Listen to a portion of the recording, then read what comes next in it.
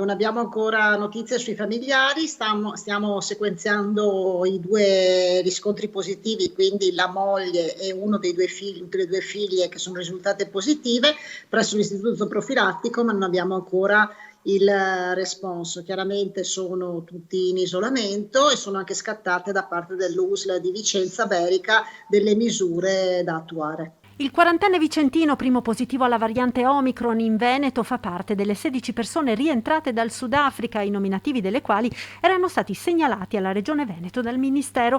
Tutti sono in isolamento. Sottoposto ad un primo tampone, il quarantenne era risultato negativo. Al sopraggiungere di alcuni sintomi ha eseguito un secondo test, risultato positivo. Il sequenziamento ha evidenziato la temuta variante sudafricana. La situazione, diciamo, che sembra oggi sotto controllo e sono scattate le misure per quanto riguarda la scuola, dove sono le figlie e quant'altro. Intanto oggi in Veneto si registrano altri 2.560 positivi e 8 vittime, oltre ad un incremento dei ricoveri, uno in terapia intensiva e ben 22 in area medica, che fanno avvicinare sempre più la zona gialla.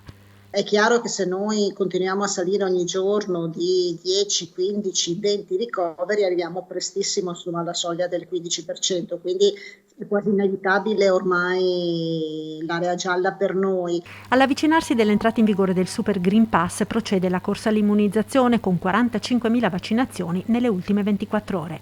Le prime dosi sono aumentate oltre il 50% e questo è un dato sicuramente positivo, e molte terze dosi, quasi 40.000 sono le terze dosi che sappiamo sono fondamentali, importanti oggi per metterci in protezione. Ma a preoccupare l'assessora regionale alla sanità in questo momento di forte ripresa dei contagi è la stanchezza del personale sotto pressione ormai da 21 mesi. Una situazione di carenza forte, molto accentuata di tutto il personale medico del comparto, questa chiaramente fa assumere ritmi molto intensi. So che molte USL hanno sospeso anche le ferie, i congedi e quant'altro, e quindi questo mi preoccupa più di molte altre. L'altra preoccupazione è quella che se continua così saremo costretti a interrompere attività e quindi poi accumulare dei ritardi.